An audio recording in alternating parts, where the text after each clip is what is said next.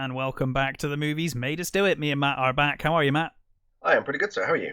I'm all right. I am. I made myself panic earlier, like Why? a fucking idiot. Because we're covering Wings of Desire, Yes. from 1987. But you know, I have this mental thing every now and again. I get it a lot with cards.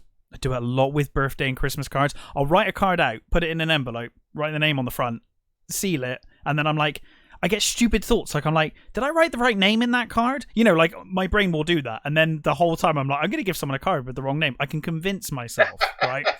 And I was like, about 2 hours ago, I was like, I'm quite looking forward to covering Wings of Desire. And then I was like, he did say Wings of Desire, not Wings of Fire, right? And then I googled it and I was like, there is a film called Wings of Fire, but it's quite obscure. I can't imagine. And then, by the time we got to this point, I was like, oh god, have I just watched the wrong movie? But then I was like, no, because Wings of Desire is definitely a Matt film. Oh, definitely. thank you. Well, it is. No, it is. I'm not quite sure how to take that. Well, it's a beautiful, poetic, really well made film. I don't know. It's just very much your wheelhouse, I feel.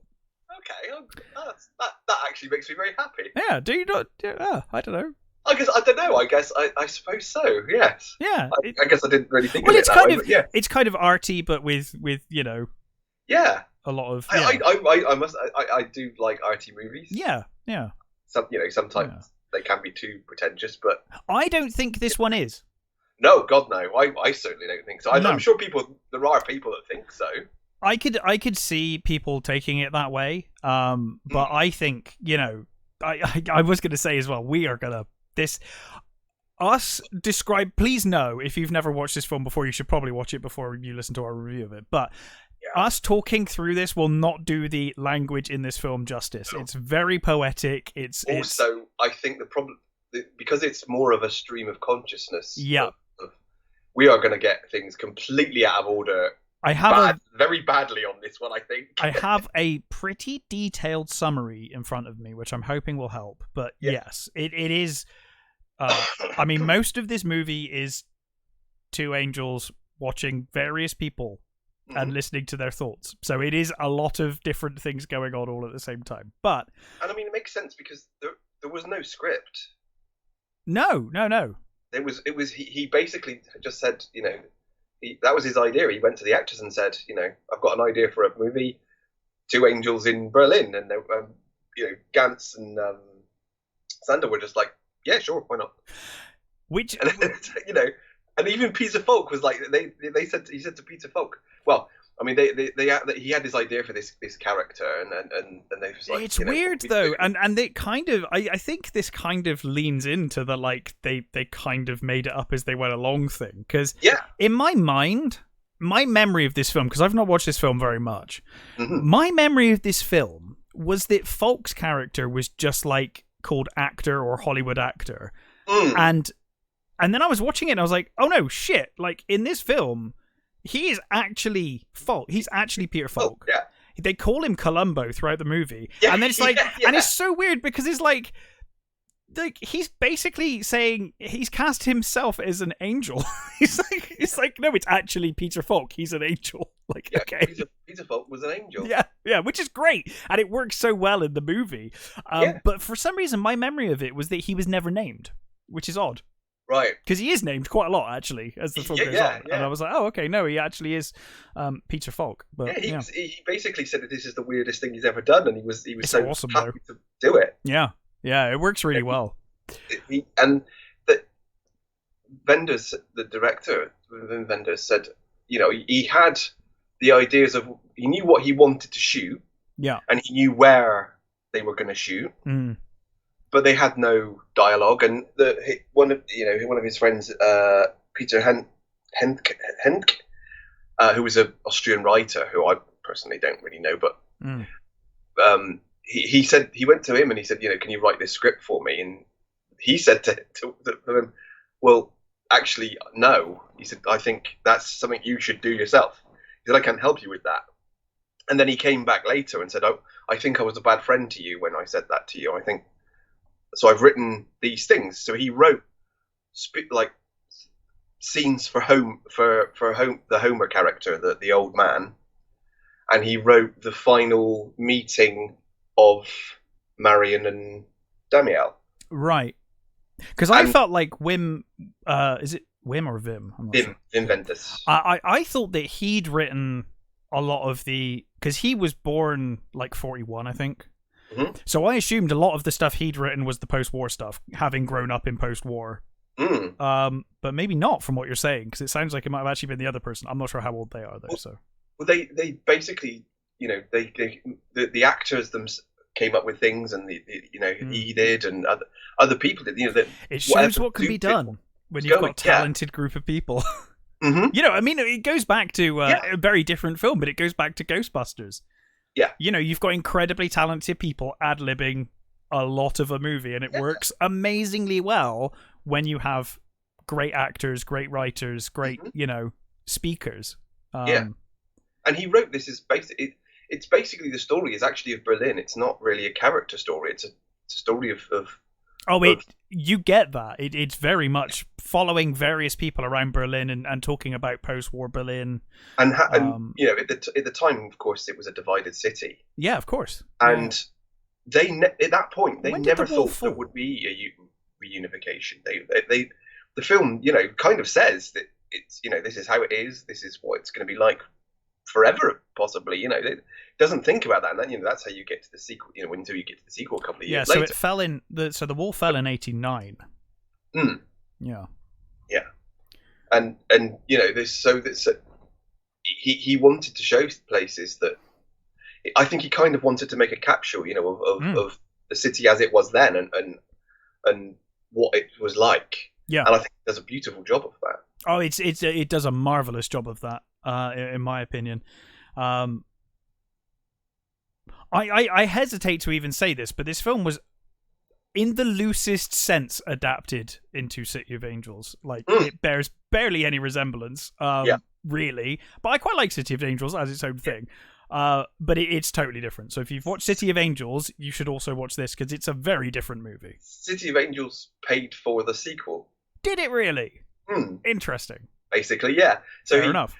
The Americans, whoever it was that made the basically wanted the script for wanted to do their version of Wings of Desire, and as he put it, he was kind of baffled because they didn't write a script, so he was a bit sort of weird. He said, we wrote it all down afterwards, and there is a script. Yeah.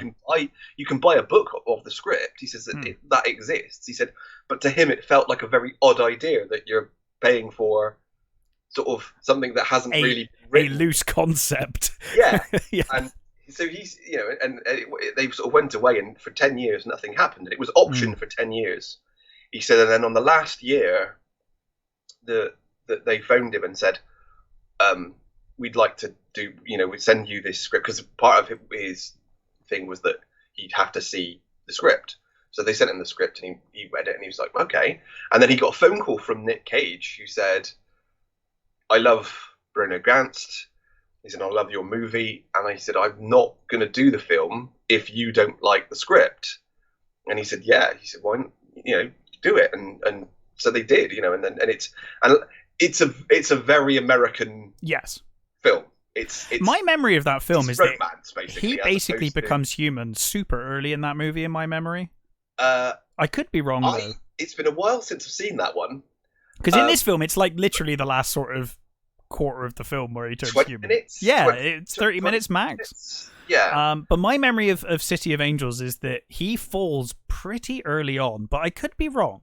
I need to rewatch it. I can't remember which point he does, but I think it's certainly... It's earlier. It's certainly human longer. Yeah, because it's more of a romance in that movie. Yes, it's more, and I think the other difference is I think before he falls, I think he's creepily stalking her for ages, from memory. Well, she sees him. I think when they're in the operating theatre. She does briefly. Now in this movie, it's only kids, isn't it? Pretty much that can see them. But I think I think there's a sort of thing that she knows he's there, sort of thing before. Yeah, in the same way that Peter Falk. I was just going to say Peter Falk's character, but actually Peter Falk. Peter Falk, yeah. Can in this movie, where he's like, I can sense you. It's almost like she's doing that angel bit, but herself. Yes. You can see where they borrowed stuff, but it's interesting. Wenders says, you can see bits that they took out from Wings of Desire, but overall it's a story of two people as opposed to the story of a city, like the story of Berlin. the story of Berlin. And he did say, I was watching an interview with him, and he said if you watch City of Angels and think you know LA, you'd be very wrong. Right, but you could watch this and know pre-wall falling Berlin. Yes, I think so. I think very you much certainly so. get an idea of it anyway. So I do have a sort of a weird, not a connection, but I have a thing with City of Angels. Okay. It was the very first movie I took my wife to see. Okay. It's quite a romancy movie. I can see that working. Well, that's what I thought. It's not going to be like that. And I love Nicolas Cage and I like Meg Ryan. It's not a terrible movie. No, it's not. Actually, it is not. I actually think it kind of fits with the two other movies. I think it's just like Here's America. An American version. It's fine. Because they're not the same people. They're not the same characters. No, they're named the same, aren't they? I think, but I can't remember. Are they? I don't think. Maybe not. I don't know. I'm gonna have to rewatch it. We'll talk about it next week, maybe. Yeah, but the okay. So I'm going to spoil something slightly for people who haven't seen City of Angels. So we were in the cinema watching it, and the bit where she's on the cycle. Yeah. I basically went, bam, she gets hit by a truck. And bam, she got hit by And then bam, she got hit by a truck. And my girlfriend at the time just looked at me with tears in her eyes and a complete anger in her face because I kind of ruined the moment. Aww. Without meaning to, because honestly, I didn't think she would die. I thought, no, this is going to be, they're not really going to.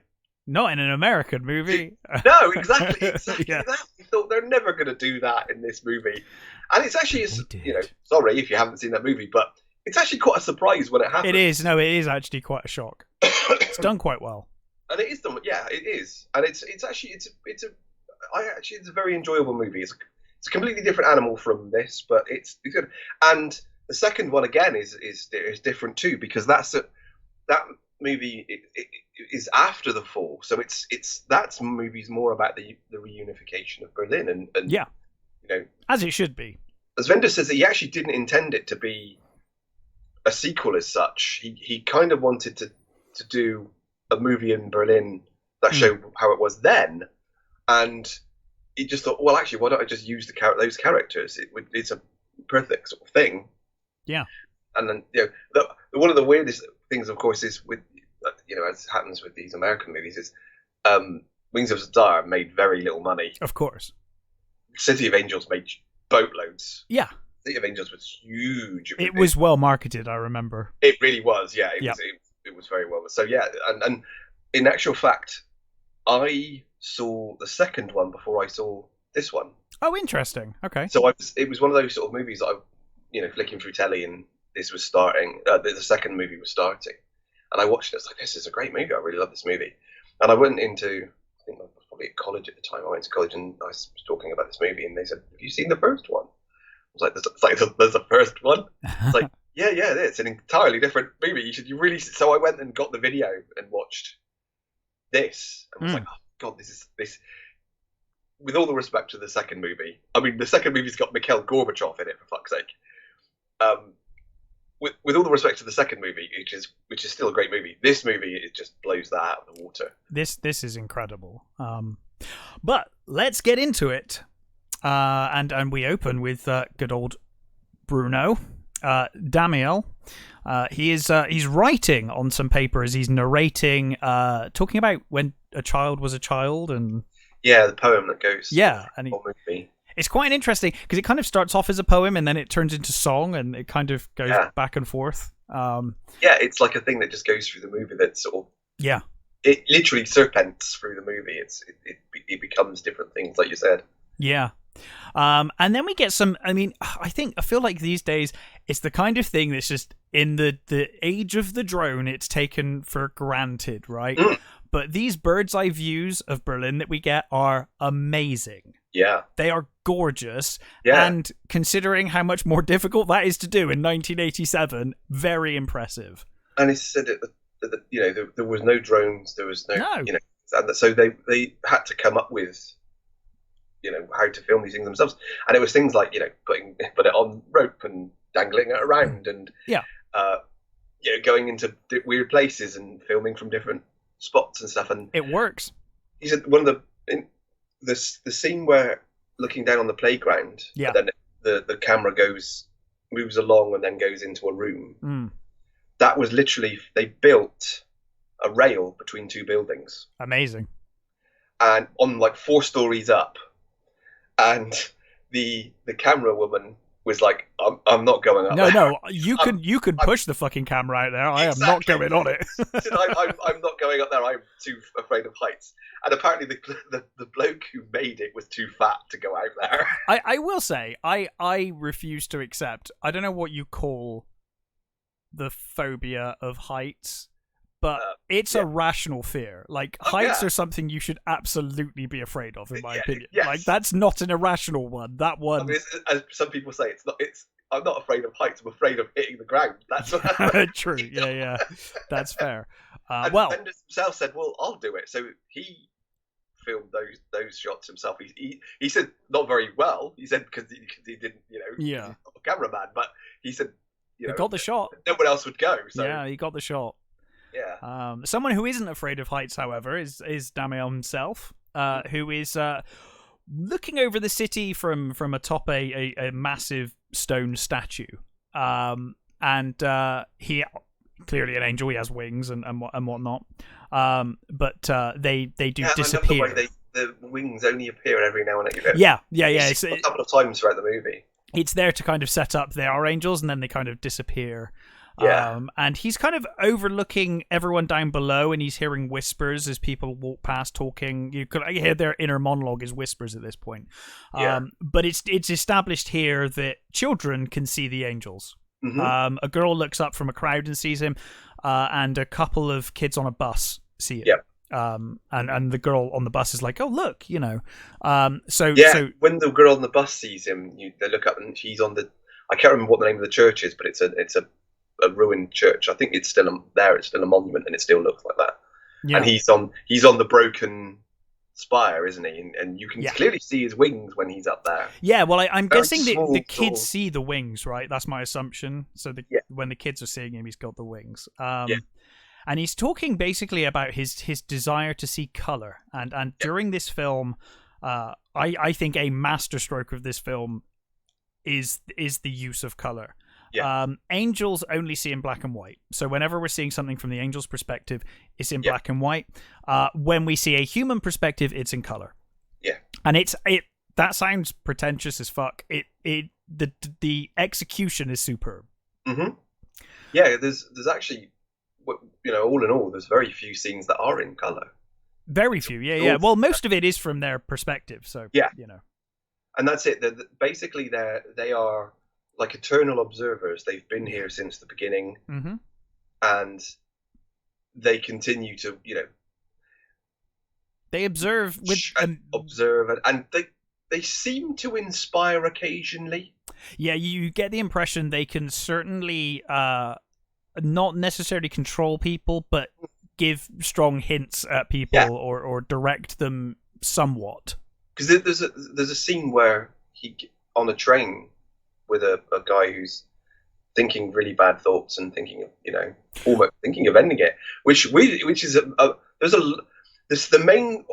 I kind of love it because what two of the main thoughts in a lot of people's heads are: do they have enough money, and should they continue? Yes, they carry on. Yes, and this guy's, you know, going through all these things, whether he should do this, whether he should do that, and then I can't remember which one it is, or whether it's Cassiel or Damiel.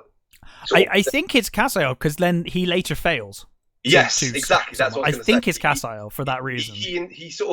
He just sort of touches this guy and puts his head next to his head, and the guy seems to find some sort of inner peace I will continue. Direction. I'm better than that sort of thing. I will continue. And you know, like as you said later, he fails. Yeah. So anyway, this will be a bit of a jumbled mess as we jump around all of these storylines. But I believe next we're floating around and we see a woman on a bike, and then we go to the plane, which is where we have Peter Falk. And we hear his inner dialogue talking about, is he that good of an actor? Is he's got writer's block, and interestingly, obviously, I don't know if Peter Falk can speak German, but he's speaking English in the movie. Yeah. But that makes sense because he is literally Peter Falk, so he's thinking in English. And we kind of see shots of Berlin from the plane, as you said, it's very much focused on Berlin. Yeah. But he's kind of thinking over, his writer's block and wondering whether he's a good enough actor and whatnot. And I love his. Well, we'll get to it later, but I love his dialogue, which I'm guessing was ad-libbed about drawing. When he talks about drawing and stuff, I love all of that stuff. He's great. Peter Falk has such great delivery in general. Mm-hmm. I think he's one of those people that could make even the worst script sound kind of great. Yeah. Because I think he's one of those people that would look at the words and make it his own. He understands the sort of character. He will understand the character and he will make it fit. How he thinks, and I think that's what he does here. It's absolutely. It's all his own work. It's all his own thoughts and his own. So yeah, it's fantastic, and it almost feels very. He almost feels very, very kind of naked with his actual thoughts in this film. It's almost like it's not even like it is actually Peter Falk talking thinking what Peter Falk thinks. In his insecurities and stuff. It all is all there. I'm sure that's a very big thought with quite a lot of actors. Am I good enough? I don't think that ever leaves a lot of artists' thoughts in general. You're always like, am I that good? Am I any good? But yeah. So yes, Damiel also sees the ambulance. He's hearing the ambulance and he hears the pregnant woman in the ambulance, and the thoughts of the people around the ambulance. Yeah, and that's actually what I like about that is leading up to that scene. There's quite a lot of despair. There's the old couple who were talking about their son who's just listening to rock music, and they don't understand him. They don't understand him. I bought him a guitar, and now what does he want now? With drums? What's he going to do with his life? Where's he going? And again, all very natural thoughts. Yeah, and the actual person himself is talking about his girlfriend and how she's finished with him, and he's like, oh my god, do I end it or do I go on? And that first love, that's like the most important person in the entire universe. Yeah, the best and worst. And you'll thing probably in the never speak to them ever again. And you think, oh my god, this is getting quite sad. Yeah. And then you go into the ambulance and you see life. Like, I can't wait to see this person. Yeah. Are we going to be good parents? Are we going to, is it going to be? Is it what? There's a joy in it. I love that little transition. It's beautiful. It's wonderful, isn't it? And then at some point, we cut to a car dealership kind of thing.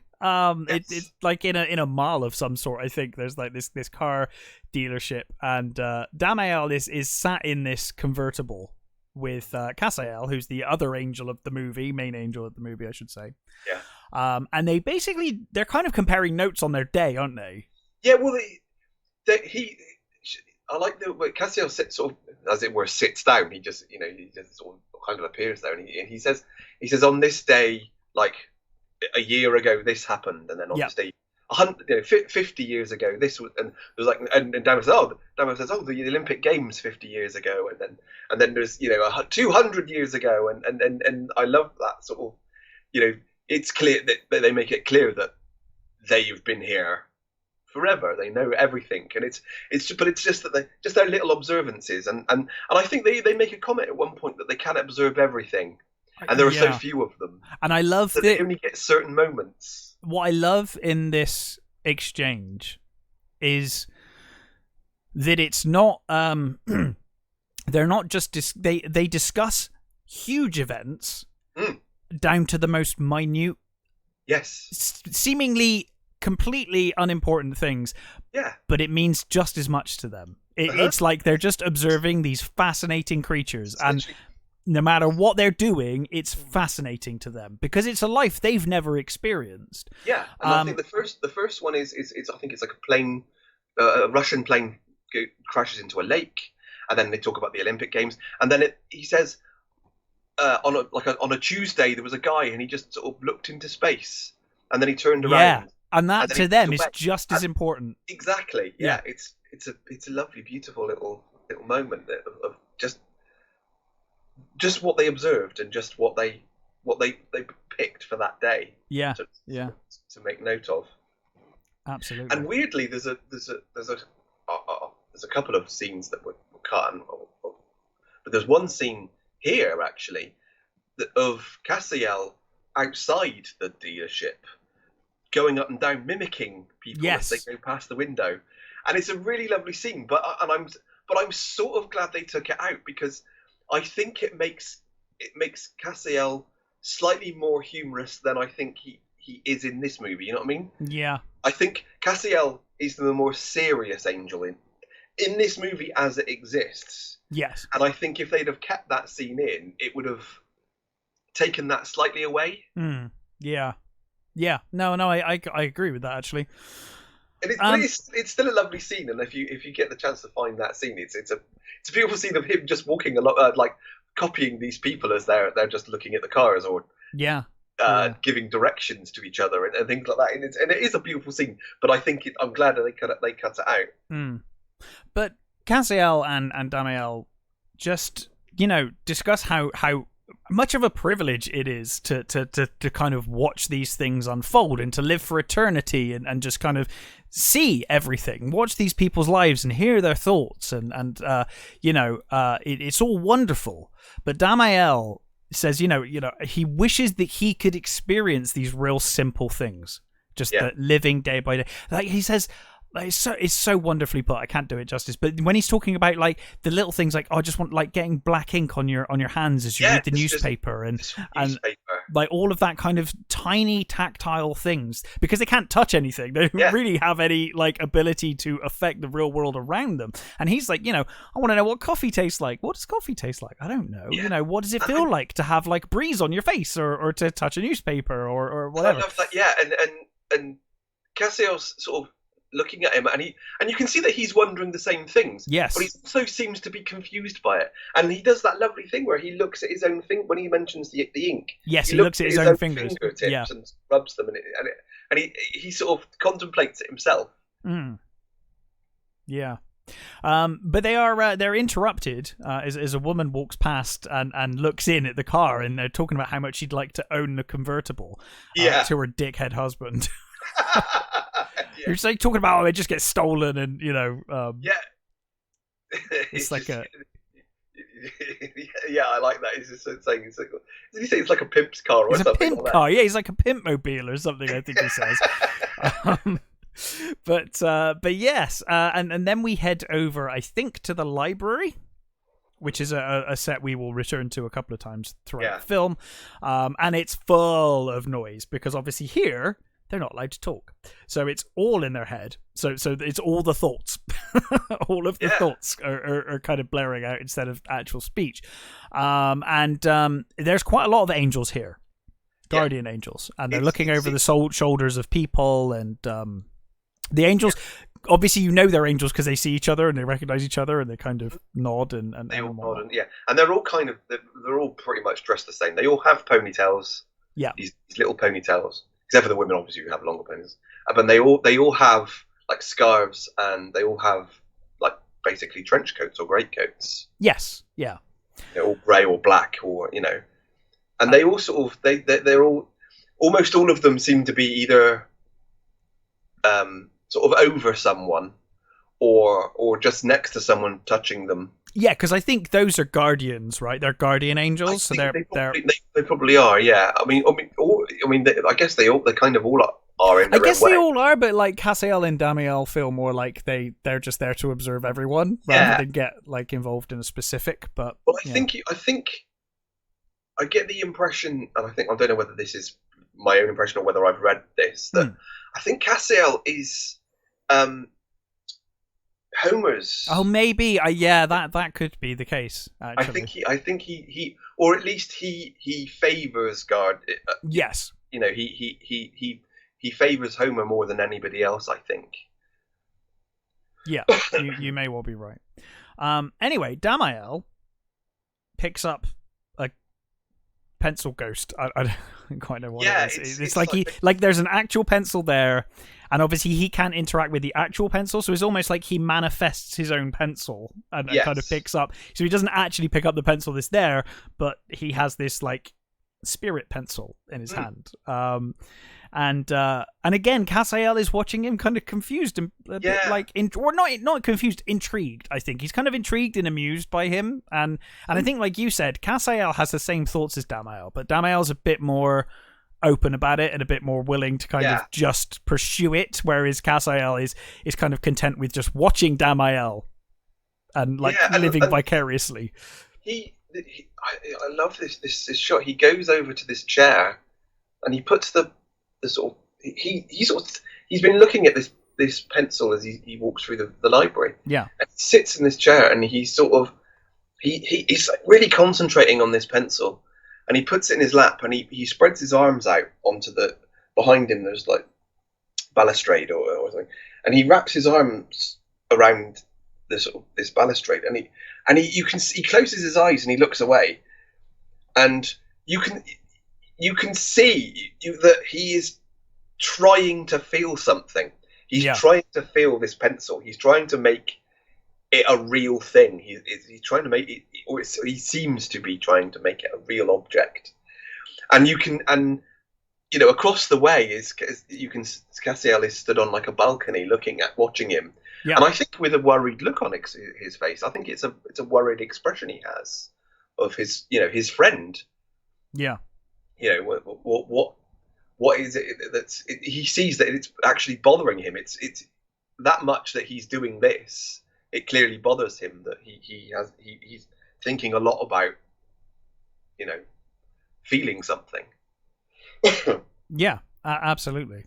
And interested when he cast those two, he said he wanted two actors that had been friends for a long time. And Gantz had been in a lot of movies previously, and he was in one of his other movies. Have you seen The American Friend? No, I haven't. It's really good. It's a Ripley adaptation. Tom Ripley. Yeah. So it's very different from things like The Talented Mr. Ripley and that. Oh Christ, what's his name? Hopper. Dennis Hopper plays Ripley in that.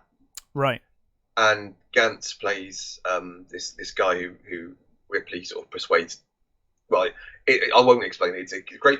See the movie; it's great. And I intend to directed that movie, and it's a really good movie. And he obviously he'd worked with him before, and he knew that Sanders had worked together on lots of plays. They were big stage actors. Yeah. And I think this was Sanders' first movie. But he said he needed two angels that clearly were real friends. Yes, and I think you do get that. You can see that in their reactions with each other and their interactions. That you can see that they're genuine friends.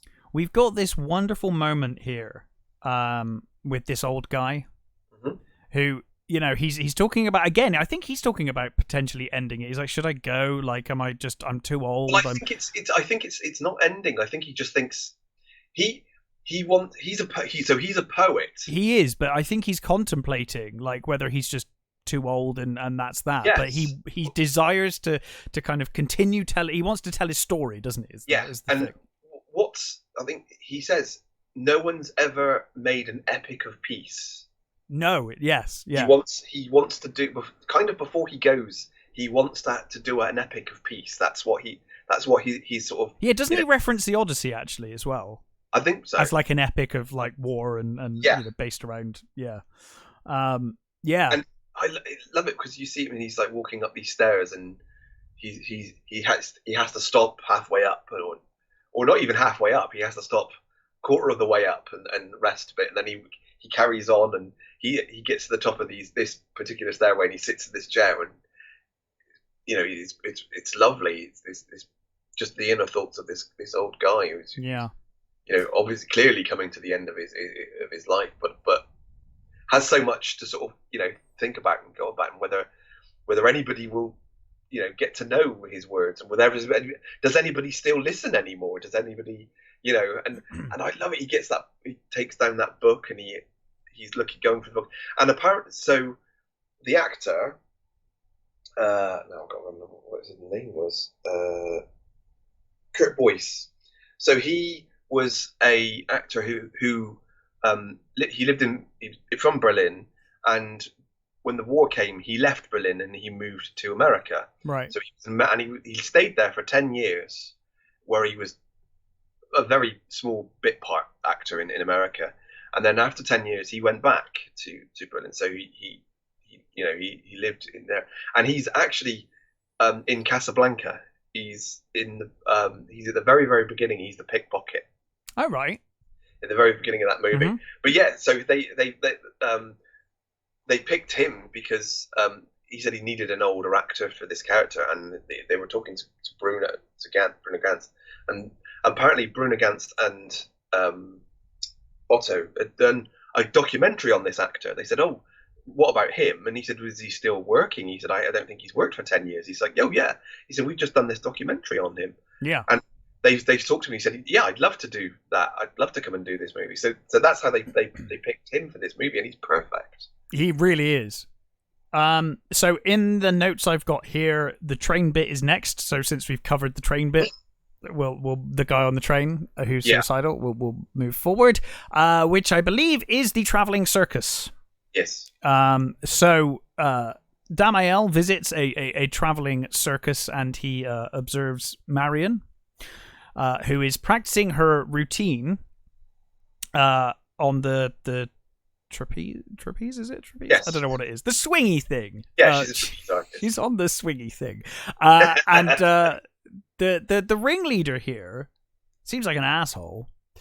Kind of complaining at her critique. Yeah, he's one of those typical, like, I don't want to stereotype, but football fan who's like, he's like schlubby and overweight, but he's criticizing this performer who's doing an amazing thing as if he could do any better, Yeah.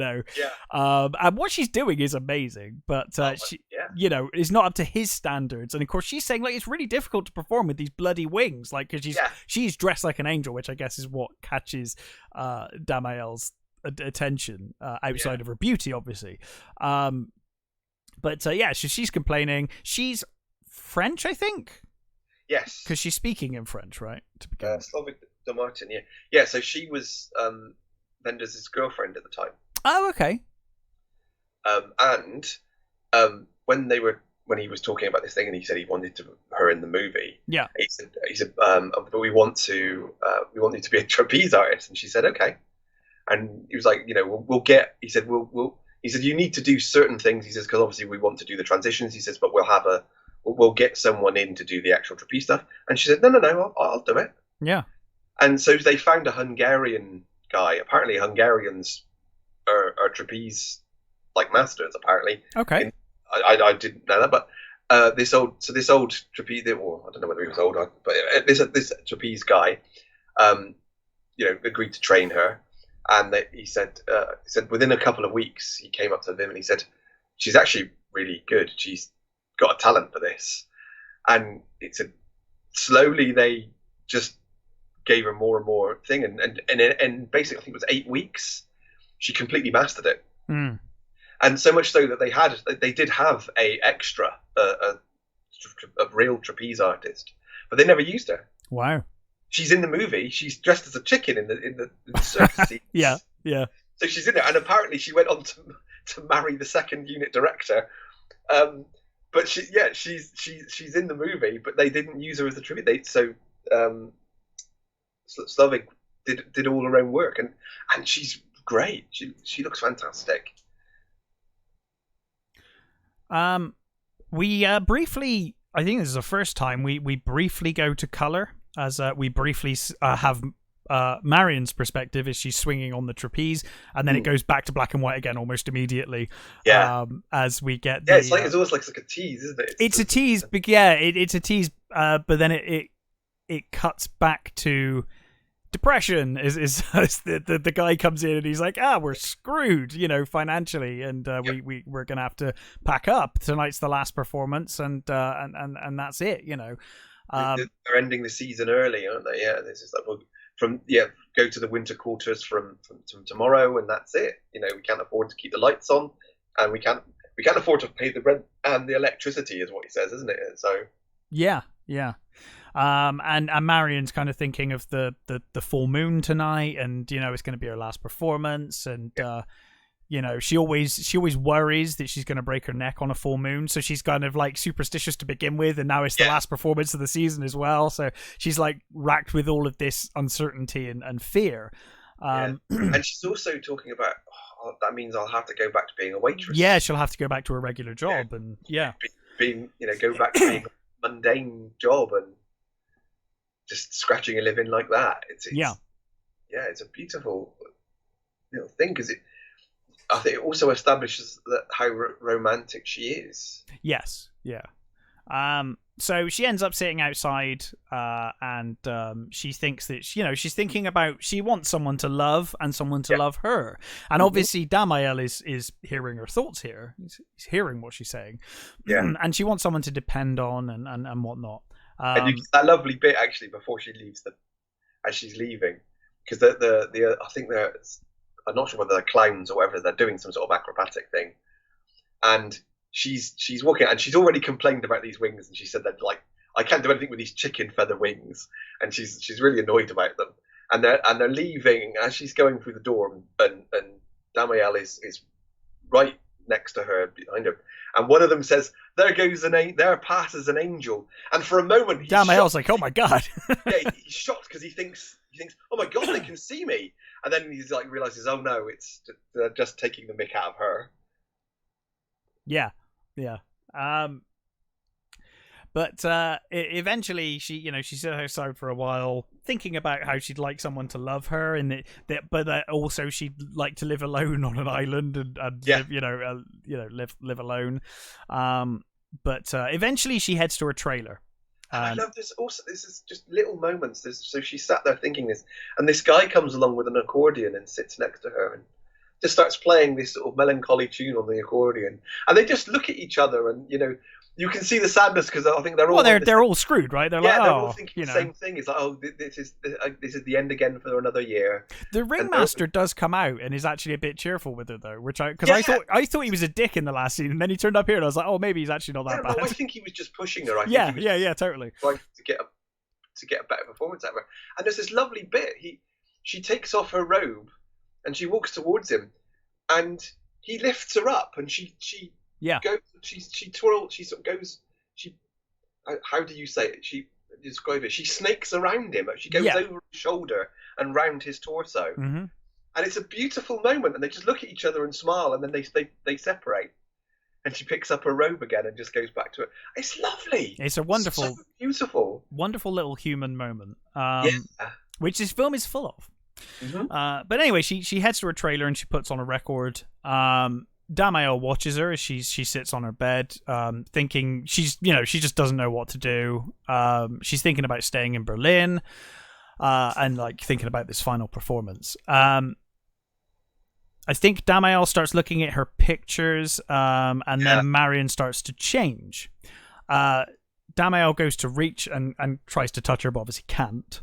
Yeah, she's taken her leotard down, and he's looking. He's like trying to touch her shoulder, isn't he? Yeah, the curvature of her neck and her shoulder, and he mentions that earlier. He did, the curvature of her neck. Mentions it when they're in the car about getting excited by the curvature of a neck or something like that. Yeah. He does the thing with the stone, doesn't he? She has some stones on her desk, and he picks up one of these stones, and he, like the pencil, he makes like a duplicate of it. Yes, yeah. And puts it in his pocket. Mm-hmm. Marion starts to change, as we said, and the film then turns completely. This is like we had that little tease, and now we're getting the full moment. Where the film turns to complete color as she changes into her robe and starts juggling apples and kind of amusing herself. But it's a really a Wizard of Oz moment, you know, when this happens. It's gorgeous. Have you seen A Matter of Life and Death? I don't know. It's a English movie, Second World War set with possibly. Oh, good lord! War movies very much bleed for me, so it's not. Well, I mean, it's a war movie, but it's not a war movie. So it's about oh my god, he's one of my favorite actors, and my brain is just not finding his name. He does this every fucking week. So it's about a pilot who basically dies, but he doesn't get picked up. He's sort of existing. Doesn't ring a bell. And then basically, an angel comes down and talks to him, and he has to. They kind of put him on trial. He goes on trial because he wants to go back, and it's a really great movie. But that has a thing with black and white as well. Right. When you're in, there's a few films that do it very well. In heaven, you see that it's all black and white, which is really really cool. It's a beautiful movie. David Niven, for fuck's sake, one of my favorite actors. David Niven. David Niven is the main actor in it, and it's a really beautiful movie, and it has a very similar sort of feel. Not certain time. I mean, it's not it's not a stream of conscious thing about the city. It's more to do with this sort of the governance of souls and things. But it's a great movie that has a similar sort of feel that I really recommend it. It's a great film. Cool. But so just because of the color and the black and white. Yeah, definitely. I do love it when that's well implemented. So Damael next heads over to a bridge where there's this car accident with a motorcyclist. Yeah. And the man's obviously had concussion. He's sat there on the sidewalk, clearly concussed. And Damael holds his head and starts talking. Yeah. And the guy starts repeating the exact same thing back. Yeah. It's almost like for a moment in his concussed state, they have a moment. I don't know whether he's dying. Well, I did think that actually. I think he's dying. Yeah, maybe. That is. I think he's dying, and I think he knows it, and I think he's going through. I think he's thinking bad thoughts. Yeah. And I think Damael gives him some peace in those moments. He helps him out, sort of thing. Yeah, you may be. And I like the way that a guy turns up. He comes down. You see him coming down the bridge, and he kind of takes over from Damael. It's almost like Damael sees him and sort of hands him his head to hold. Yeah. It's again a beautiful moment of horror. Well, of horror, but also of beauty. It's really nice that this film doesn't just focus on awful things. You see really kind people in this film as well. Really nice people just being lovely. I love it. We'll get to it in a minute, but one of my favorite parts of this movie is that everyone in fucking Berlin must think that Peter Falk is fucking mental. Because they're constantly watching him talking to himself. They're like, what are you talking to? But anyway. So Cassiel, I think, is still... he's in the library still, I think. And we've got the old man surrounded by globes, and he's talking about the solar system and how the solar system moves and works and whatnot. And you get that whole wonderful talk about the world changing and fading into dusk and all of that stuff. And he starts reminiscing about the past, but says, now he just lives one day at a time, and it's wonderful. There are so many beautiful moments in this film. Yeah. It's hard to we're like 50 minutes in and we've barely, it's like there's just every moment in this film is like something else. I think it's been a number of years since I'd watched this. Same. So it's been a long time. It actually hit a lot different this time. Yeah, I think it hits different with age, right? Yeah, I think especially with Homer, and especially when he's walking through the Potsdam Platz. Oh god, that bit's amazing. When he sits on the sofa. Yeah, which apparently was just there. They didn't put that there. It was just there. And he's walking through the Potsdamer Platz, and he's talking about what was there, because it's just like a wasteland at that point in time. Now it's skyscrapers, I think now, and it's all rebuilt. But then he's talking about what was there before and how it is. And he's walking through these things, and he says, "Oh, there was this over there, and there was this over there," and it just made me think, "My God, that's just like." It just made me think of my own city. You know, Bristol. Oh, I do that. I literally do that. I walk along and I'm like, oh, so much in the last 30 years. Mm-hmm. And then you speak to your grandparents or your parents, and they're like, oh, I remember this, I remember that. I mean, I remember watching like YouTube videos of old Bristol with my nan and my granddad, and that kind of like, oh yeah, that was there, and this, you know, my nan used to live on Park Street, and she's talking about how different that was and how everything's changed. And you do have those thoughts, and it's the kind of thing that when you watch this originally, like you, I never thought about anything like that, but now I'm like, oh yeah, actually I do that, you know. I mean, because I remember things like, you know, I remember the mall being built. I remember being a kid, and I remember the mall being built. Yeah. There was these holes that you could look into on the, you know, because it was all fenced off, but there were these holes that you could peer into, and I remember being lifted up so that I could see it being built and stuff. And you know, the centre itself, the racetrack, which of course is no longer a racetrack. It was called a racetrack because it used to be a big circle. Yep. Now it's I mean, it's a fucking mess now, I think. But now it's called the fucking mess. Yes, Matt. Now it's called the big mess. But it definitely hit a lot different this time. I felt the same. And it probably has been over 10 years since I watched this movie. Yeah, it's been a long time for me. And it was a different movie this time, let's say, than when I watched it first. Yeah. So Damael is he's sitting atop a big angel sculpture. Yeah, the monument thing. Yeah. Berlin, yeah. I can't remember what it's called. Is it the Angel of Victory? I can't remember. Yeah. But yeah, anyway, and then that obviously leads into the bit you just talked about. And then he hears the helicopter coming over, doesn't he, as he's on the sofa.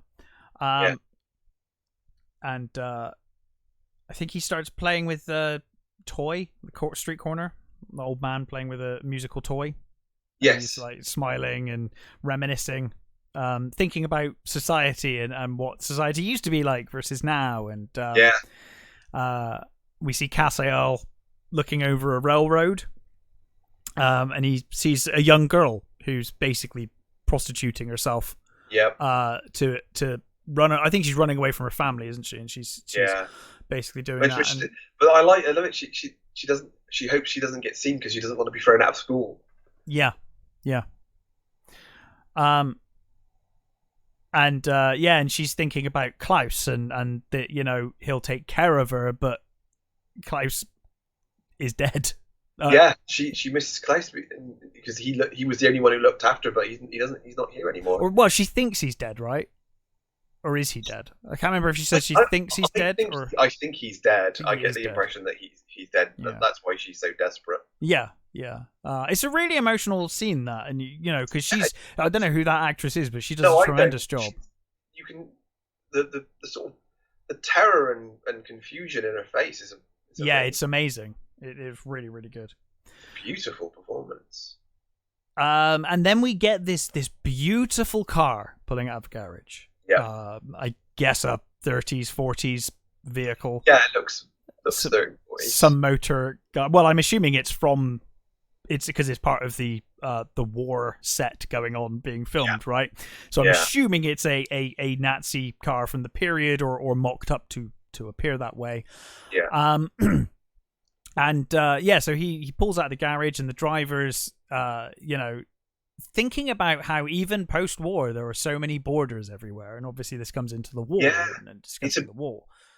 He talks about the actual border of the war and how that, but then he talks about each person has their own war. You know, each person has their own border, and you have to pay to get into those borders. You know, there's a cost for every border that you have to cross. Yeah, and this is in. This scene's interspersed with actual footage, right, of post-war cleanup and stuff, and you know the actual bombed out Berlin, and people have like genuine footage of dead bodies and things, which is like, oh my god, But it's also because it's interspersed with this guy's dialogue about the sort of everybody's borders and everybody's locking themselves away and things. It's really, again, it's just a really weirdly beautiful thing. Despite the terror that you can see going on in these, because it's almost you're basically seeing. I'm guessing it's what Casael had seen. He witnessed this firsthand, and he's going for it, and he's just basically recalling what he'd seen before. I think is what's going on there. Yes, yeah. But we then see Peter Falk. As the car pulls up, he's kind of it pulls up to set, doesn't it? And Peter Falk's there, and he's talking to this young boy, and I love this little conversation they're having. Yeah. They're making a film about Hitler, and Peter Falk is like legit asking this child if the plot sounds plausible to him. He's like, "Does this sound like nonsense to you?"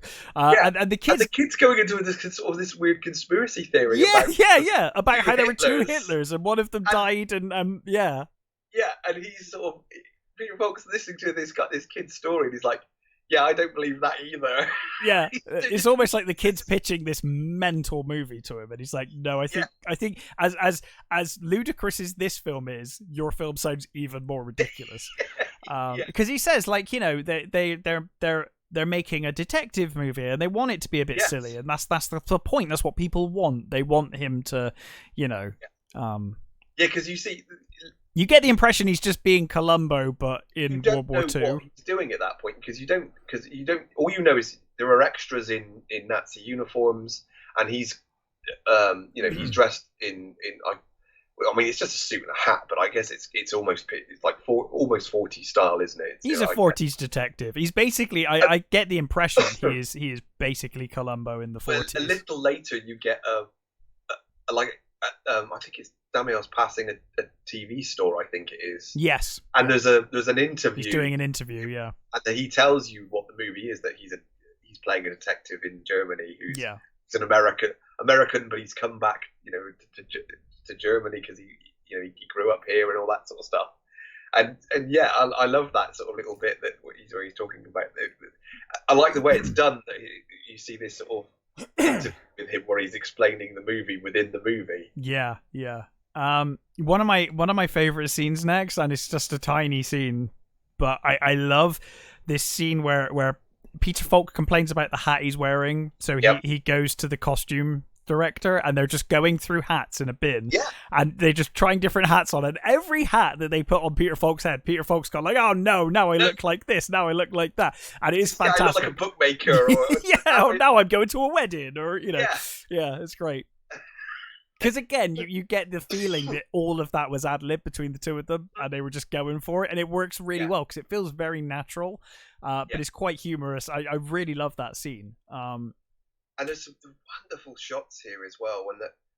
So this is a bunker. Apparently, it was a bunker that hadn't been opened since the war. Sure. So it was they use, and there's these beautiful shots of you're looking through the floor at them because the floor is broken up. Yeah. And in places there's the concrete. Not the concrete. The concrete is gone. It's the bar, the iron bar inside. Yeah, because Casael's watching Peter Falk, but Damiel's also watching from the second floor, isn't he? So you get that kind of 2-level shot. There's a number of floors that are all collapsed in. Yeah. So there's some places where there is no floor at all, and some where there are just these iron sort of grills, and there's this beautiful tracking shot of following this prop lady, and you can see all the extras in these in the beds from the shelter from the bunker, and there's kids sat doing nothing, and there's two stunt men going through their fight scene, and I think at one point you hear the director's thoughts going, "God, I think he says this doesn't look like a fight scene. It looks staged. It's too staged. It's too choreographed. It's like a dance." I think he says and stuff. Yeah. Yeah, I think that is that bit's a little later, but I love the shot of just following through this sort of almost like a cage. Yes. As they go along, from above, it's beautiful. And I love this again. You get the inner monologue. I don't know whether this is a bit later or not, but he's there and he's talking. Folks talking about how he loves extras and how patient they are. When he starts sketching the old woman, the old lady, yeah, and I love it. He says she has a dramatic nostril. Yeah, and I love what's beautiful is he was like extra people, extra. Yeah, and what's beautiful is you hear him talking about this woman and how he's drawing her, and he says this is a terrible picture and that. But one day I'll draw a good one. Also hear her saying, "I wonder if he's any good. Yeah. I wonder if he'll let me see it." Yeah. I love it. It's just a great little sort of thing. Yeah, yeah.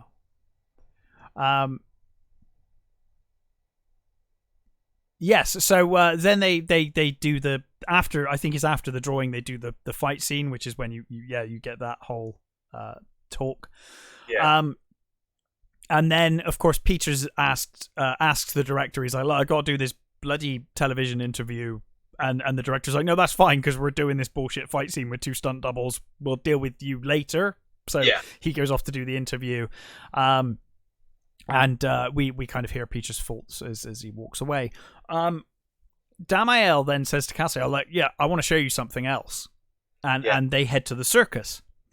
And we see the it's a packed house pretty much. There's loads of children in there who of course can see them and they're interacting with them. And I love the girl next to Damael is just talking to him. Yeah. She's just talking to him. But of course everyone else is like, "Oh, imaginary friend" or whatever. Not thinking, it's wonderful. And of course the whole time Damael's thinking about when a child is a child and stuff, so it kind of fits with this girl talking to him as he's thinking it. And we see Marion in her cat suit with the knife thrower throwing knives. And then Marion climbs up a rope, and she's does many. You see that she wears many hats in this circus act. She does a lot of stuff.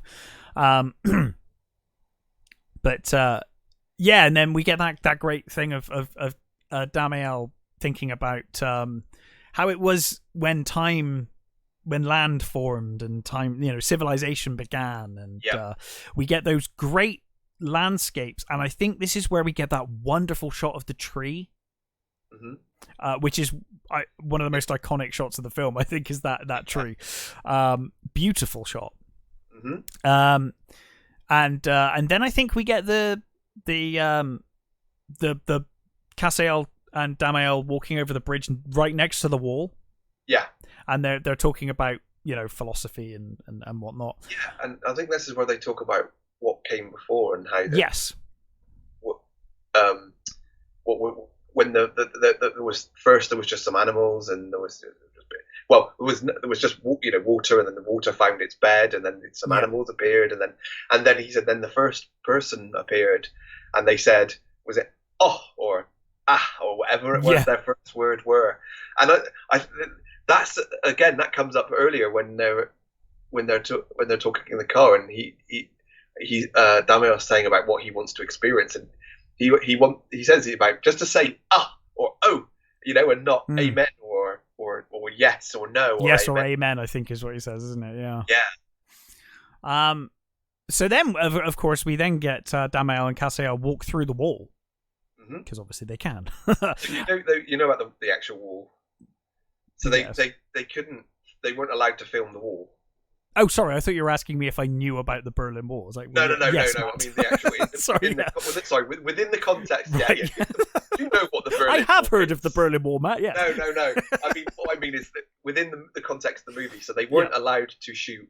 Certainly, they weren't allowed to shoot in East Berlin anyway. No. I was going to say this is 2 years, 3 years before. Yeah. Yeah. So apparently I think they asked, but you had to get script approval, and of course there was no script. And it's hard to get script approval if you haven't got a script. 2 angels, they basically laughed at them.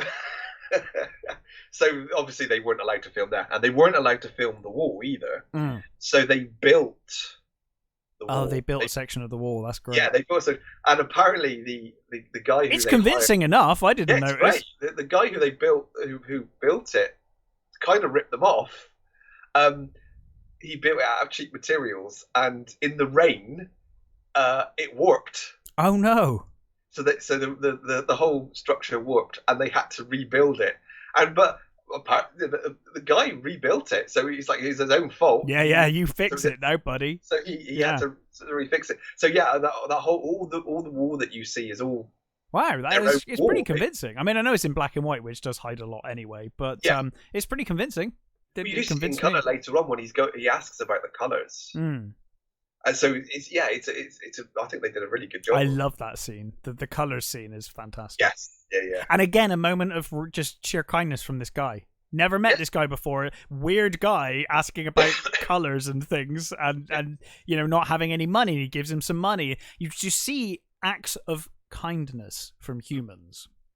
Yeah. In a film where you almost expect it to be a commentary on how awful people are. You see a lot of good. It's all life. It is. It's great. What's great about this? It's all life. It's the children, and I mean, even there's a beautiful little bit where there. I think it's just before or around here. There's little groups of kids playing. There's There's two kids trying to fish money out of a drain with a magnet. Yes. And then there are three kids who are playing, and you hear sort of their sort of thoughts.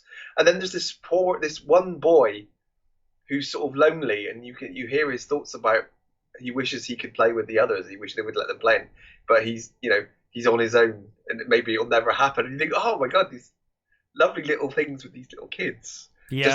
Just their inner thoughts. It's in passing as they go by. Yeah. So it is all life. It's all, from the very young to the old. It's great.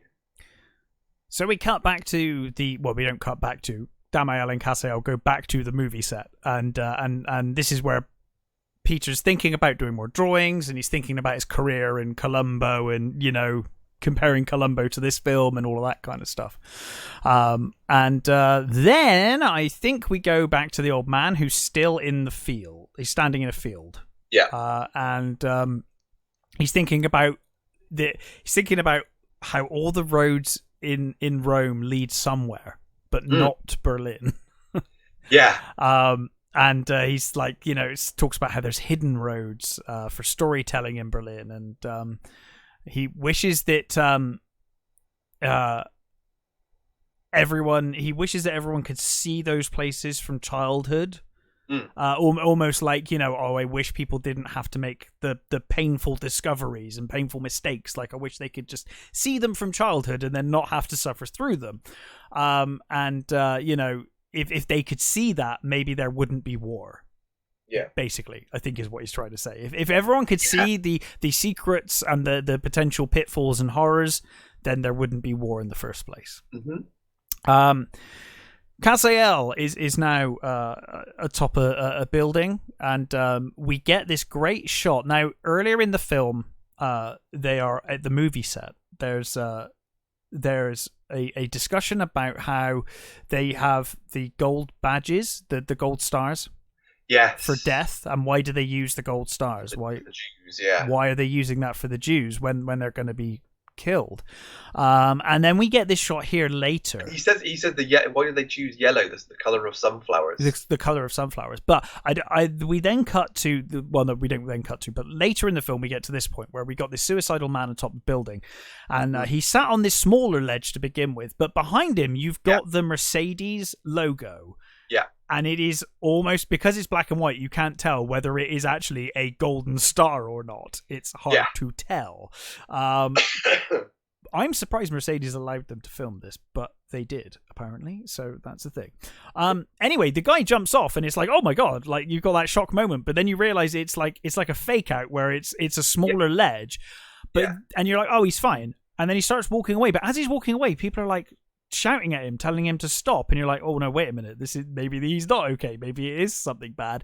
And then we see he actually walks towards the actual ledge, so he was on part of the roof and now he's down, and he walks to the edge of the building, and he sits there and he's thinking, oh, people are trying to convince me to come down, I don't care what people think, I don't care what people say. They're shouting at me, but I can't hear them, I don't know what they're saying. Yeah, because he's got like headphones on as well, hasn't he?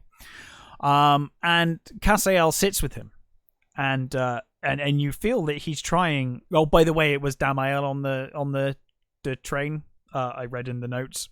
so not Casael. But anyway, Casael tries to do that here, where he leans on him and he's trying to help him.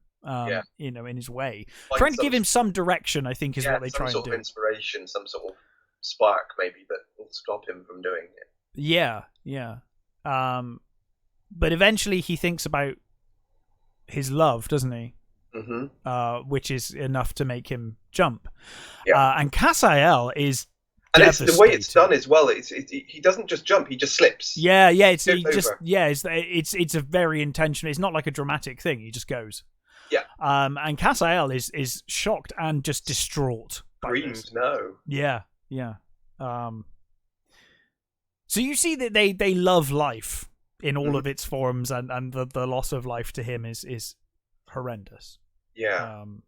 Which makes you think as well that these two have been around forever, and you just imagine them during the war, just seeing this awfulness constantly, you know. But anyway, we then cut to Peter watching his own interview, so it's all in color again, and talking about the story of the movie. As you said, this is where we learn that he's playing a detective, which is why he was comparing himself to Columbo earlier. Yeah.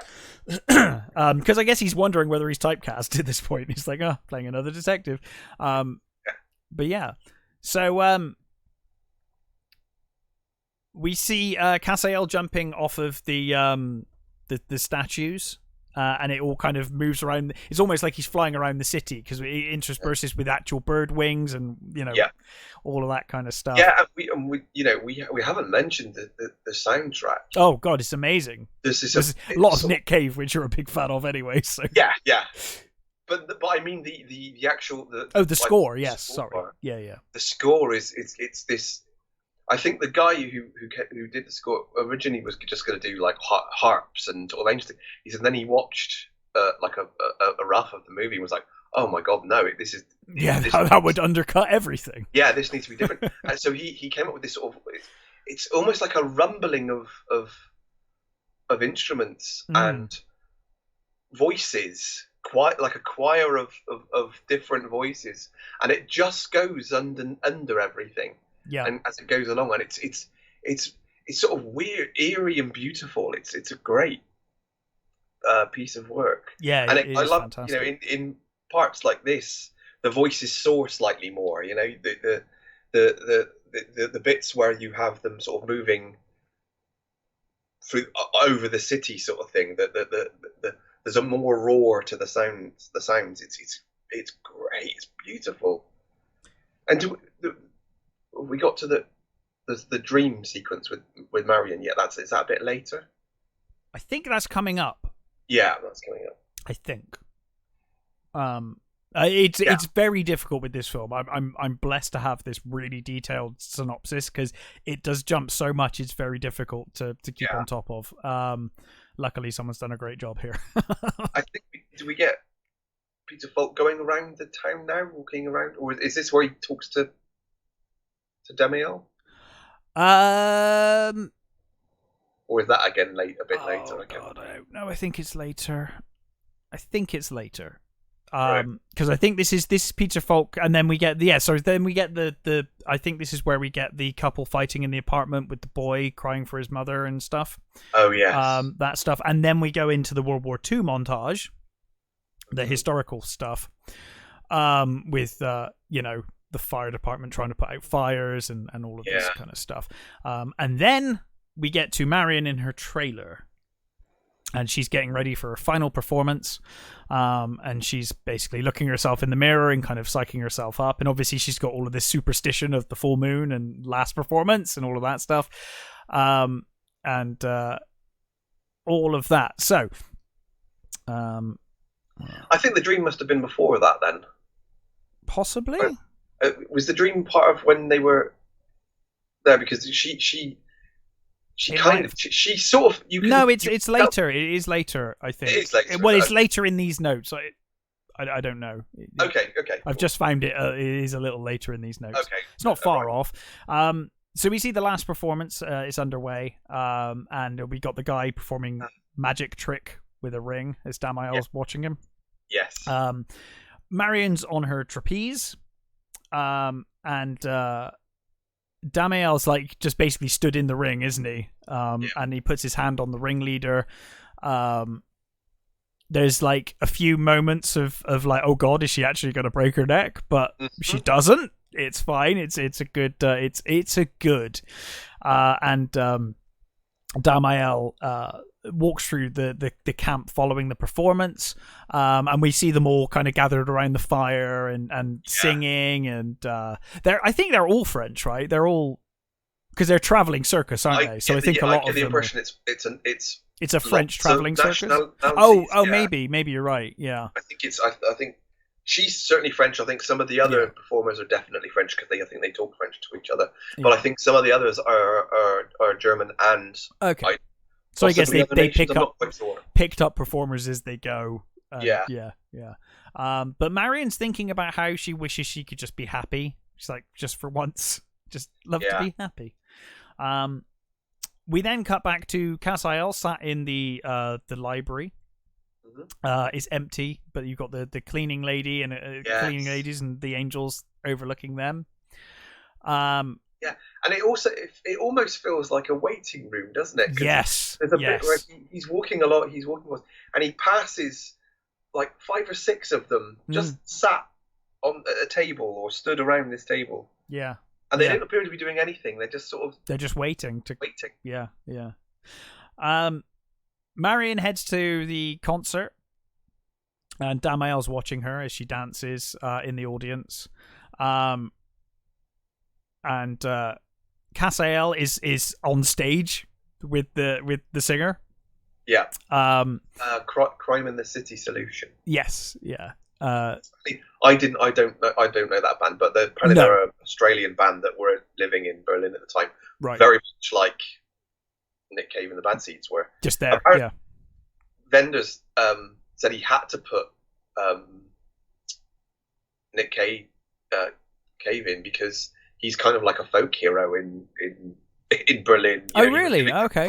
Yeah, he was kind of, at that time, he was part of the fabric of Berlin, apparently. Oh, interesting. So he said that he couldn't tell Berlin's story without having Nick Cave in it. Wow. Like, wow. Imagine being that important to the like. And I'm guessing it's probably more personal. Yeah, no, for sure. But I think it's probably because Vendors loves Nick Cave and the Bad Seeds. Yeah, so it could have been David Hasselhoff, but it happened to be Nick Cave. Yeah. So we see here again, Damiel is completely fascinated by Marion, as he kind of watches her.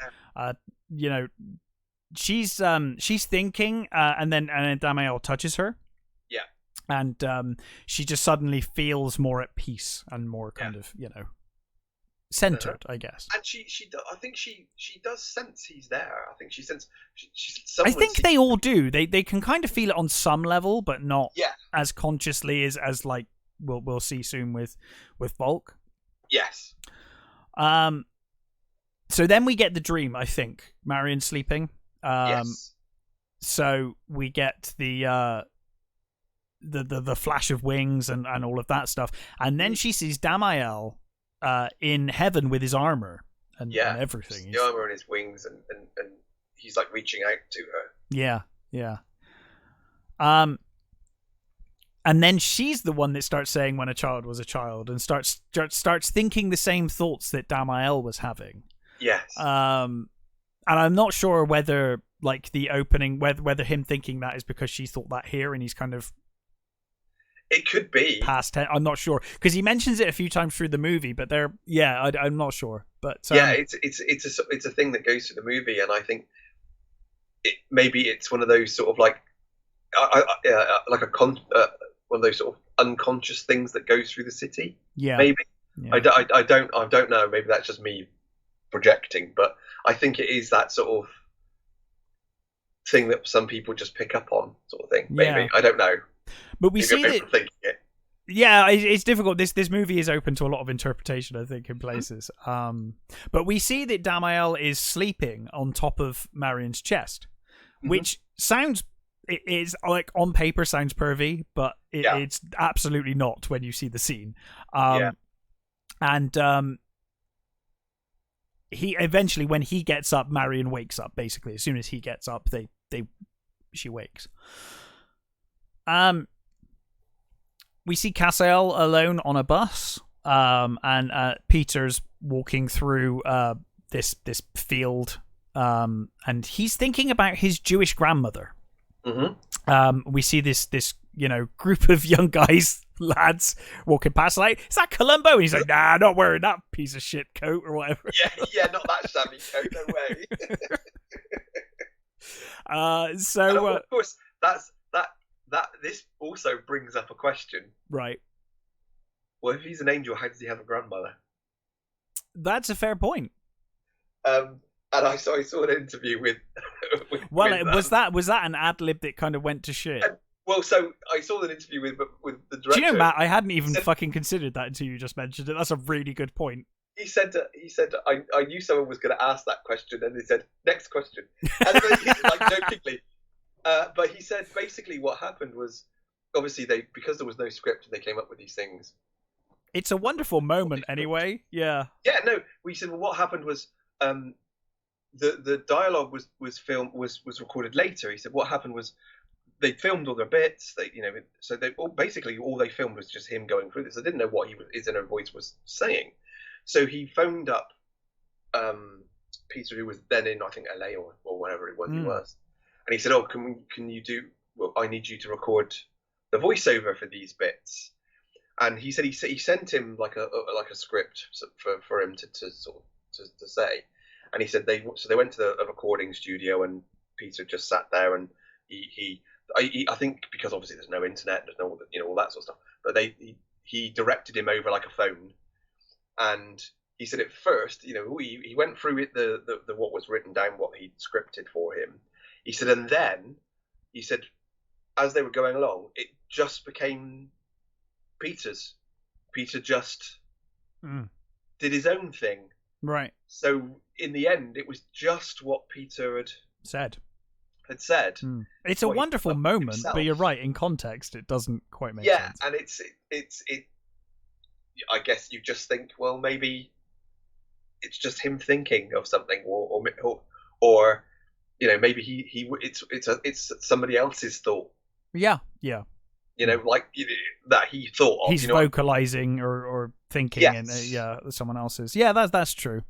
It's a weird anomaly, but I think it's one of those ones where you go, oh, who cares? Yeah. So Peter stops off and get to buy some snacks, and while he's there, Damael approaches to kind of watch him. And this is where we get the moment where Peter kind of states outright, he's like, I can't see you, but I know you're there. Yeah. And the guy behind the counter is just like, what the fuck? What's he talking to? And of course, Damael, I think, doesn't believe it at first. Yeah. But he continues to talk, and he kind of makes it clear that he does, and he puts out his hand, doesn't he? And Damael kind of touches it, but not touch it, if you know what I mean. Yeah. And he tells him. Yeah. Sorry, go on. I wish. He says, "I wish there's so much I wish to tell you. Yeah. So much, that you should know. So much that you should feel." And Daniel's just fascinated by what he's saying. And he says, he just talk to me. He says, because I'm a friend. He says, I am is it companione? It's compadre, something like that. And he puts, like I said, you put his hand out, and Daniel takes it. So as much as he can take it. Yeah. And then Casael and Damael meet, and they're kind of between the two walls in the military area. No man's land, between the two. And Damael basically, said I've decided I'm going to become human. And he talks about the things he's going to do, like drinking coffee and smoking a cigarette and taking a bath or whatever. And he goes through his day, doesn't he? He says, I'm going to go and I'm going to read the paper from cover to cover, so from the beginning to the horoscopes. I'm going to go to a Turkish barber and get a shave. And it gets more and more ridiculous to where it's like, the mayor's going to come for a drive with me, and the mayor will pull up and offer me a lift. yeah.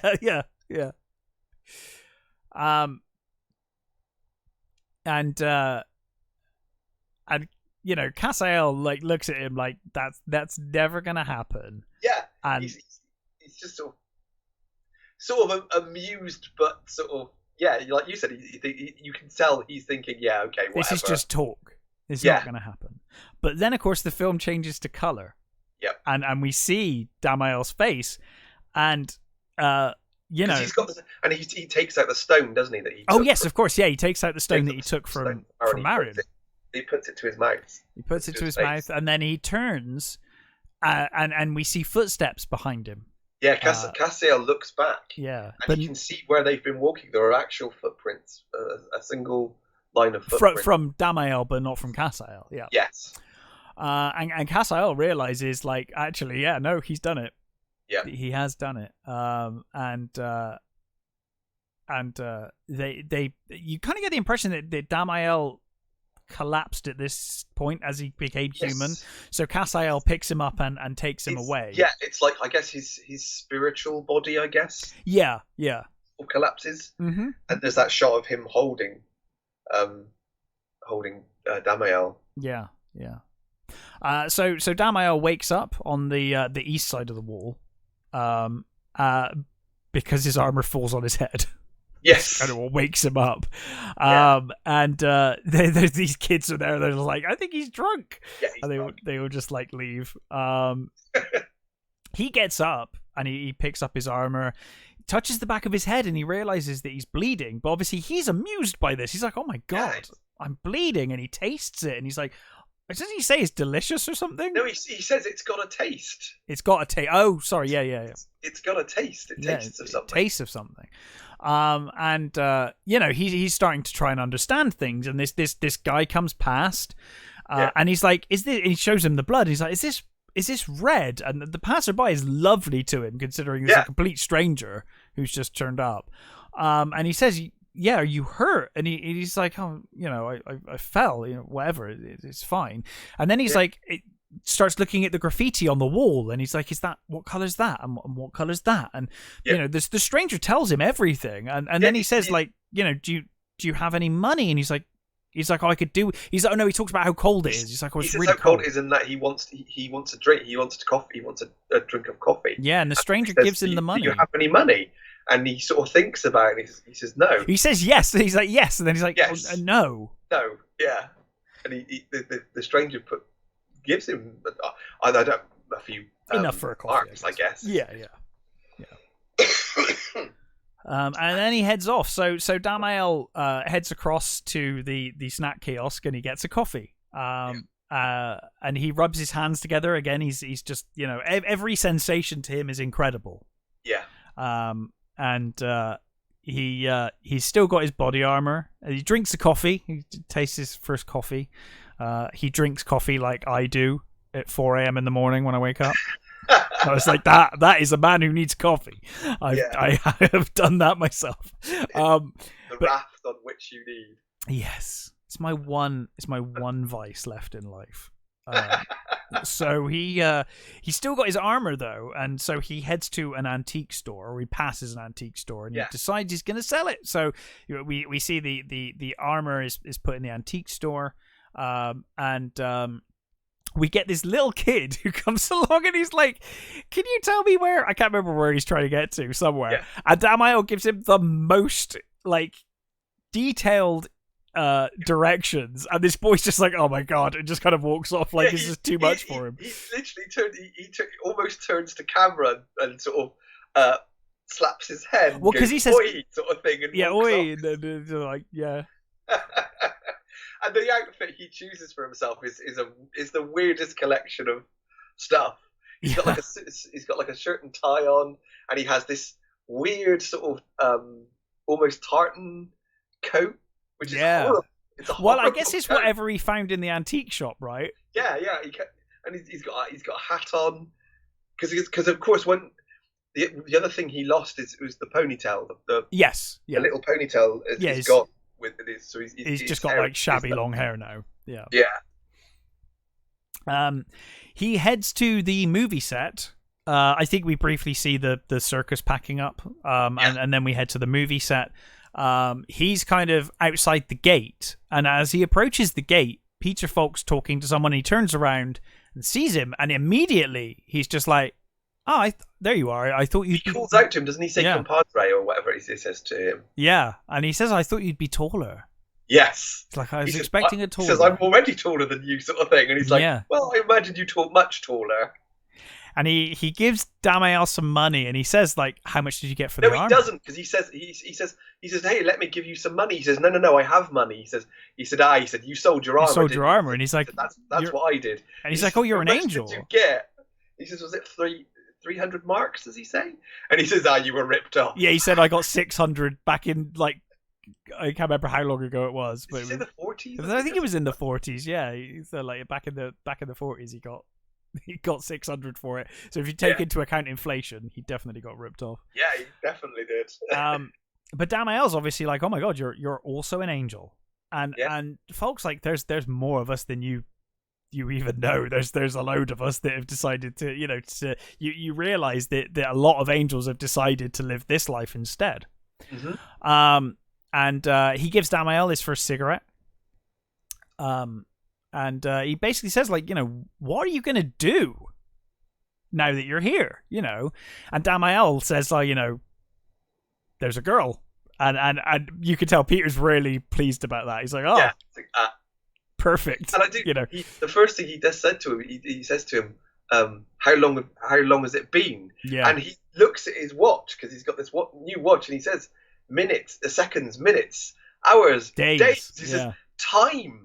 He says, I have time now. I'm part of like this world. Time affects me now. It's beautiful. I love it. It really is wonderful. But Peter Falk gets called away, doesn't he? He does, yeah. He gets called away. He says, but you had. He says, wait a minute. He says, you still got to tell me stuff. You've got so much. He says, you said you had to tell me. He says, no. He says, you have to figure it out yourself. He said that's the fun part. He says you have to learn these things yourself, live through them yourself. He said that's the fun part, doesn't he, or something like that. He's like that's the good part is finding out for yourself. Yeah. So the circus is leaving, and they're saying goodbye to Marion, and she's kind of stood alone in a field as they all leave. We see Casael sleeping on a statue. And he's covering his ears to kind of... Yeah, he covers his ears from the noise, isn't it? Which is interesting, isn't it? It's like... Well, you almost feel like he's a bit depressed. He's lost his friend. And he's kind of like, I just want to be alone, but I don't... And I think that's it. Also, I think that's part of the actual thing is in German, it's the title is... I could probably mess this up. Der Himmel über Berlin. Right. Which is translated as the skies over Berlin. Okay, is that what the film's called? Yeah, that's what it is in German. It's the skies over Berlin, and the idea is that I actually kind of prefer that title. Yeah, well, I'll tell you the story of that in a minute. I'm guessing that Americans thought that sounded a bit too warlike. It's actually I'll tell my point and then I'll tell you this.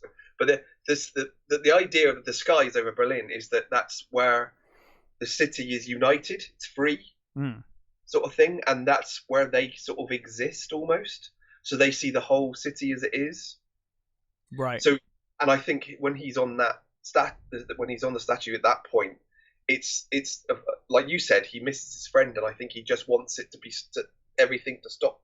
Yeah, which is why I think he puts his hand over his head. So with the title, apparently in German, the title it has this lovely flow to it when you say it. Right. And the guy, I think I can't remember whoever it was that was financing it or doing the promotion stuff, said in French the title sounds like a weather report. Right. Yeah. And he said in English that sounds like a war movie. It does, yeah, it does. To English ears, it sounds like a war movie. Yeah. So he said, "What shall I?" Wings of Desire is a wonderful name. Yeah, he says, "What shall I make the English title?" And Wenders was like, "I don't care." He said, "Whatever." He says, come up with something. He says, "You can call it Wings of Desire for all I care." He's like, done. and literally, the guy said, "Okay," and he was like, what? It's like, yeah, that works. I mean, it's a beautiful that's name. The English title. Yeah. So as much as I think the director prefers the German title, I think I prefer it now that German I've heard speakers probably do as well. But I love the Wings of Desire. I think is beautiful because it has that idea of for me anyway, it has that idea of what Damael, he has those wings of desire. He desires to be. Yeah. He has the wings, but he desires to be human. And I think so. I think either title works. So Marion's thoughts kind of come into Casael's head at this point as he's trying to kind of block out the city.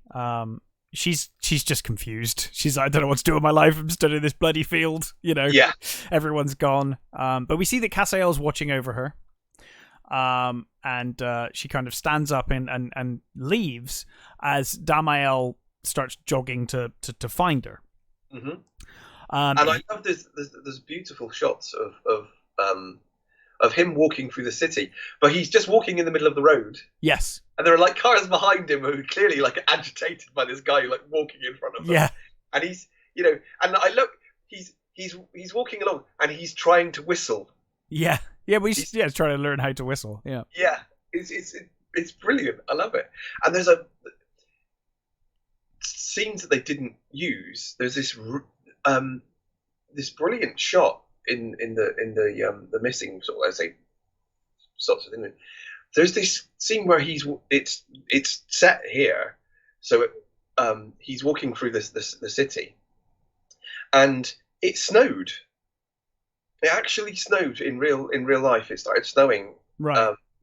And there's these beautiful shots of him walking through the snowy city, and he said, weirdly, it just snowed that day.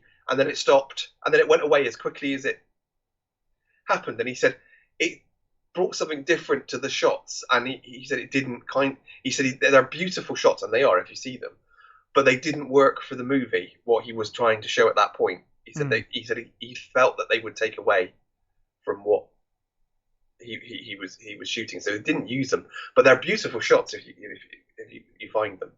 But yeah, I think they would have just added to the weirdness of the movie, but maybe that's what he didn't want. Yeah, maybe he felt like, that was enough, Yeah. So Damael's kind of disappointed as he kind of gets to the circus. It is empty. There's no one there.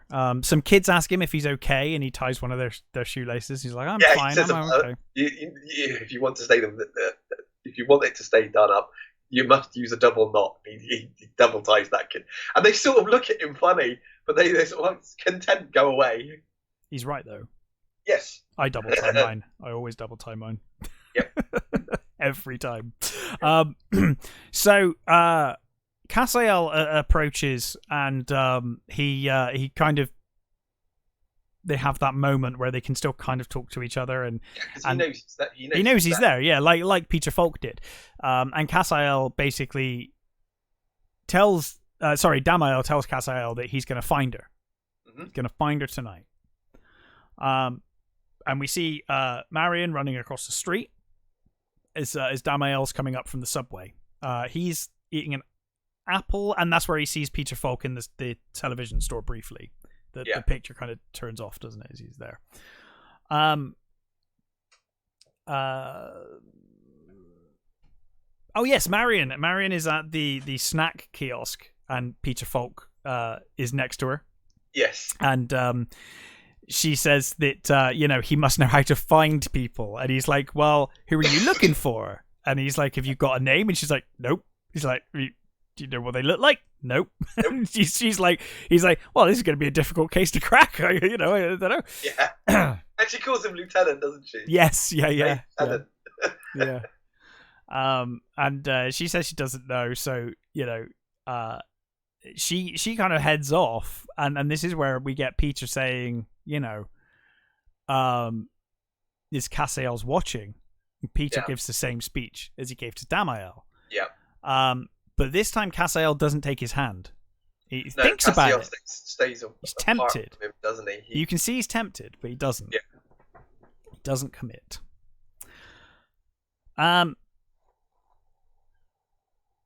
We kind of get the shots of Marion and Damael walking on different streets. Mm-hmm. Damael finds the poster. Yes. And obviously remembers the poster, and that Marion obviously likes it, so he's then making the conclusion that she might be at the concert. Yeah.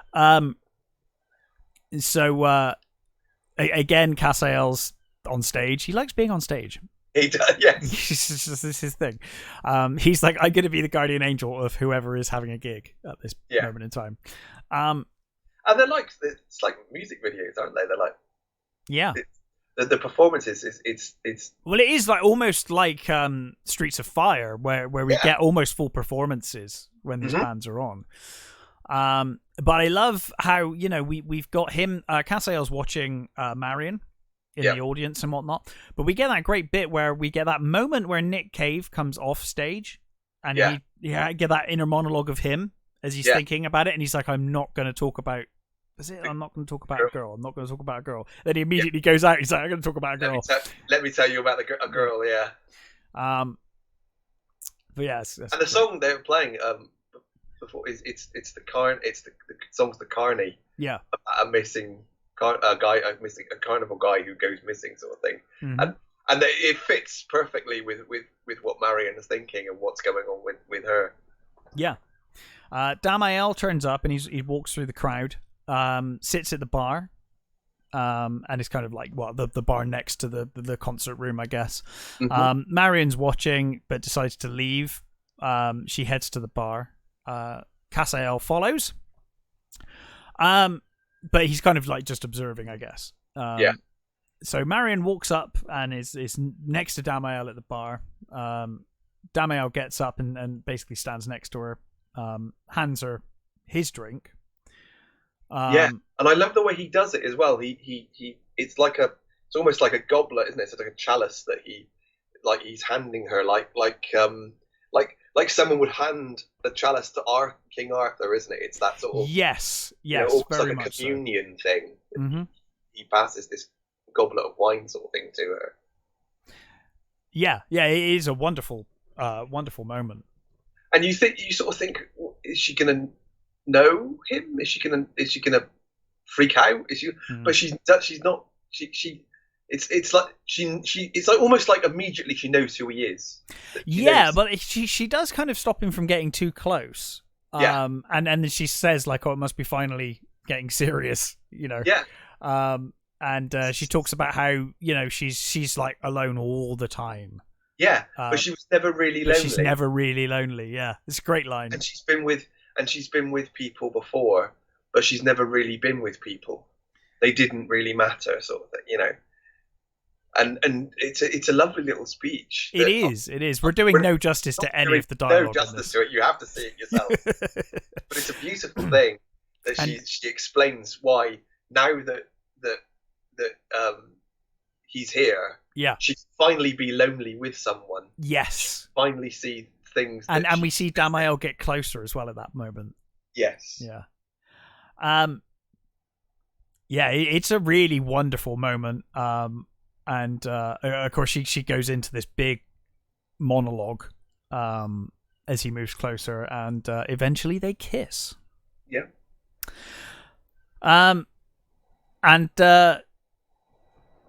Then we see the statue again, the angel statue.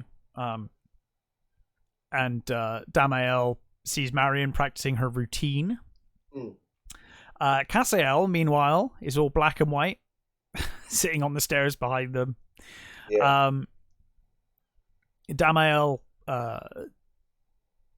talks about the oneness of Marion and Casael. And I love that she's doing the like the rope trapeze thing, isn't she? She's doing that. And he's the weight, and I love that. It's like he's now holding her down, sort of thing. He's now her grounding thing, which for which is real. Like, he's now physically grounding her. Yeah. And he says finally, I know now what no angel knows. Mm-hmm. And then great. I think it's a great transition from that to Casael on top of the statue. And he's hearing the thoughts of the old man. Yeah. He's hearing the thoughts of everyone. and he thinks that they need a storyteller. Is again the old man thinking that there needs to be a storyteller. And of course the film then ends with to be continued, and usually when we do these is like, but it never happened. Yes. But in this case it did. So it did, yes. So yes, it's also dedicated to his Vender's Own Angels. Yes, which are Ozu, Truffaut, and who's the third? It's a Russian. Tarkovsky, is it?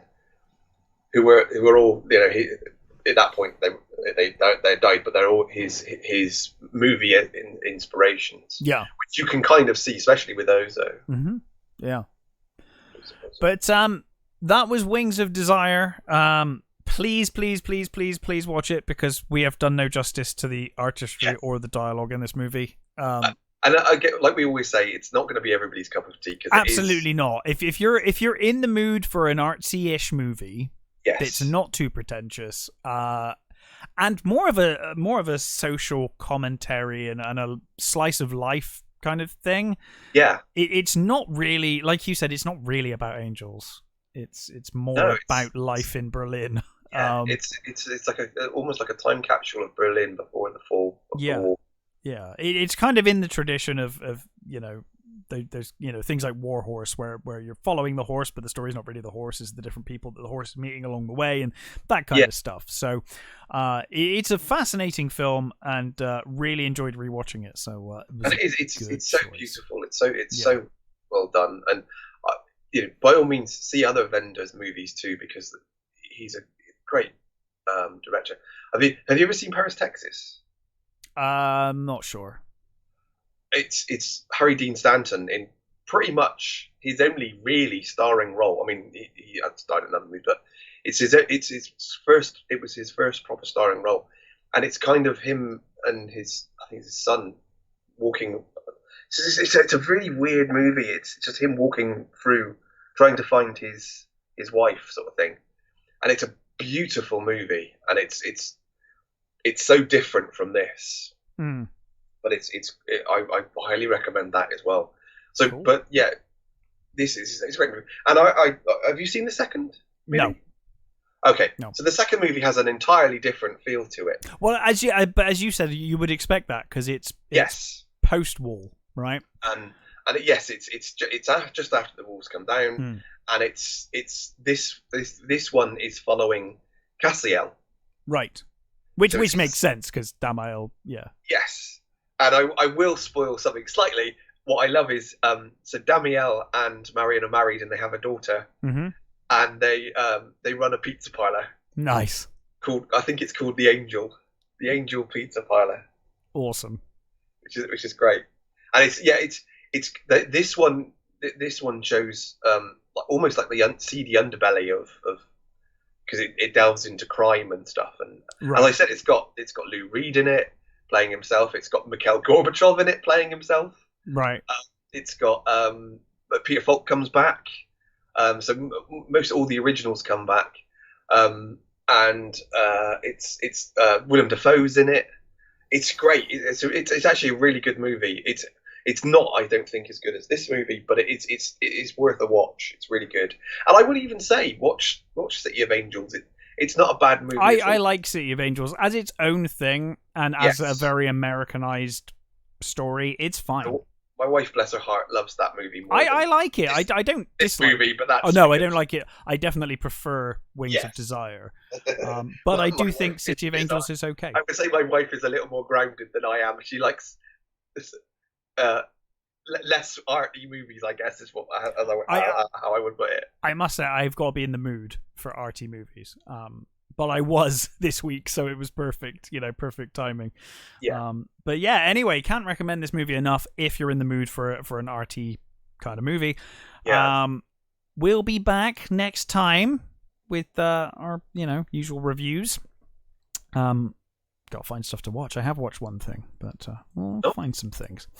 But yes, until then, stay safe. Thanks for listening. Take care, and we'll catch you next time.